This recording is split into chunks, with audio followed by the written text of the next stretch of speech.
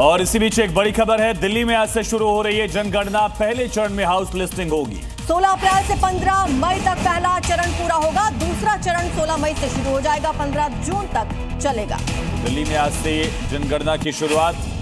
Online खुद भी जानकारी दर्ज की जा सकती है। जो लोग मैन्युअली जानकारी नहीं देना चाहते वो खुद भी पोर्टल पर अपना पूरा डिटेल जो है वो रजिस्टर कर सकते हैं। तो पहला चरण शुरू हो गया। 16 अप्रैल से 15 मई तक पहला चरण चलेगा और दूसरे चरण की ये जनगणना 16 मई से 15 जून तक चलेगी। आज से ये जनगणना शुरू हो रही है। गुरुग्राम पुलिस ने कुख्यात गैंगस्टर कौशल चौधरी के खिलाफ बड़ी कार्रवाई की। करोड़ों की अवैध संपत्ति पर बुलडोजर चलाया। पुलिस और डीटीपी टीम ने गैंगस्टर की अवैध संपत्ति पर बुलडोजर चलाकर उसे ध्वस्त किया। कड़ी सुरक्षा के बीच बुलडोजर लेकर प्रशासन की टीम पहुंची तो कुछ देर के लिए ध्वस्तीकरण रोकना पड़ा। प्रशासन का रास्ता गुंडे बदमाशों ने नहीं बल्कि गाय के बछड़ों ने रोक दिया। दरअसल इस गैंगस्टर ने यहां करीब 1500 वर्ग गज में ज्यादा की जमीन पर कब्जा किया था और अवैध निर्माण करा रखा था। हत्या, लूट, रंगदारी, फिरौती के मामलों में जेल में बंद इस गैंगस्टर ने अवैध कब्जे की बात जब प्रशासन को पता चली तो प्रशासन ने उसे ध्वस्त करने का फैसला किया और अब उसे पूरी तरह से तहस नहस कर दिया गया है। महाराष्ट्र के छत्रपति संभाजीनगर शहर से खौफनाक सीसीटीवी फुटेज सामने आया। यहाँ एक युवक पर जानलेवा हमला किया गया। हमला तब हुआ जब युवक ने अपना मोबाइल फोन चोरी करने की कोशिश का विरोध किया। घायल युवक की पहचान करण राधा किशन जाधव के तौर पर हुई। तस्वीरें आप देखिए। आरोपी ने उसके पेट में चाकू से हमला किया। गंभीर रूप से घायल उसे तुरंत एमजीएम अस्पताल में एडमिट कराया गया। बीच सड़क मोबाइल चोरी के लिए चाकूबाजी।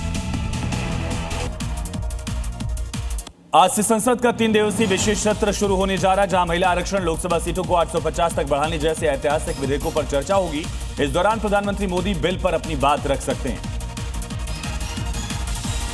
ऑस्ट्रियाई चांसलर क्रिश्चियन स्टॉकर आज भारत के दौरे पर है। राजघाट पर श्रद्धांजलि देने के बाद हैदराबाद हाउस में प्रधानमंत्री मोदी से मुलाकात करेंगे। शाम को राष्ट्रपति मुर्मू से मुलाकात से पहले दोनों देशों के बीच कई अहम समझौतों, द्विपक्षीय मुद्दों पर चर्चा होने की उम्मीद। पश्चिम बंगाल के चुनावी रण में आज यूपी के मुख्यमंत्री योगी आदित्यनाथ फिर से उतर रहे हैं। आज योगी आदित्यनाथ आसनसोल और बीरभूम में 3 ताबड़तोड़ जनसभाएं करेंगे। जनता से बीजेपी के पक्ष में वोट की अपील करेंगे।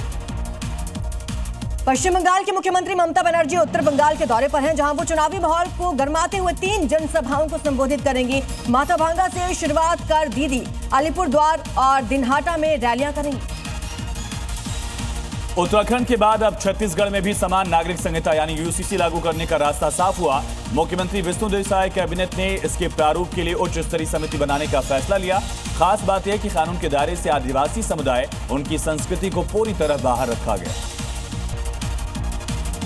दिल्ली में आज से दुनिया की सबसे बड़ी डिजिटल जनगणना का आगाज हो रहा है। पहले चरण के हाउस लिस्टिंग ऑपरेशन में टीमें घर घर जाकर मकानों, परिवारों का ब्यौरा जुटाएंगी। खास बात यह है कि इस बार आप खुद ऑनलाइन अपनी जानकारी पोर्टल पर दर्ज कर सकते हैं। दिल्ली विधानसभा को एक बार फिर बम तोड़ाने की धमकी मिली। विधानसभा अध्यक्ष विजय गुप्ता को भेजे ईमेल के अंदर 2 घंटे के अंदर आरडीएक्स धमाके का दावा किया गया। अध्यक्ष ने पुलिस कमिश्नर को लेटर लिखकर मामले में तत्काल उच्च स्तरीय जांच की मांग की। दिल्ली में अब यमुना की बाढ़ से निपटने के लिए सरकार ने कमर कस ली है। मजनू का टीला से ओल्ड रेलवे ब्रिज तक करीब 5.25 किलोमीटर लंबी सुरक्षा दीवार को मंजूरी मिल चुकी है। इसका मकसद अगले साल इस साल मानसून आने से पहले निचले इलाकों को सुरक्षित करना। वहीं दिल्ली के द्वारका में दर्दनाक सड़क हादसे ने बवाल खड़ा कर दिया। सेक्टर 23 में कार की टक्कर से स्कूटी सवार युवक की मौत हो गई। गुस्साए परिजनों ने थाने के बाहर शव रखकर प्रदर्शन किया।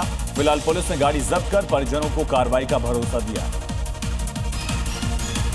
दिल्ली के वेलकम इलाके में घरेलू झगड़े ने परिवार को तबाह कर दिया। दरअसल सीलमपुर में रेहड़ी लगाने वाले ने आपसी विवाद में अपनी पत्नी की गला दबाकर हत्या कर दी, जिसके बाद आरोपी पति ने खुद थाने जाकर सरेंडर किया।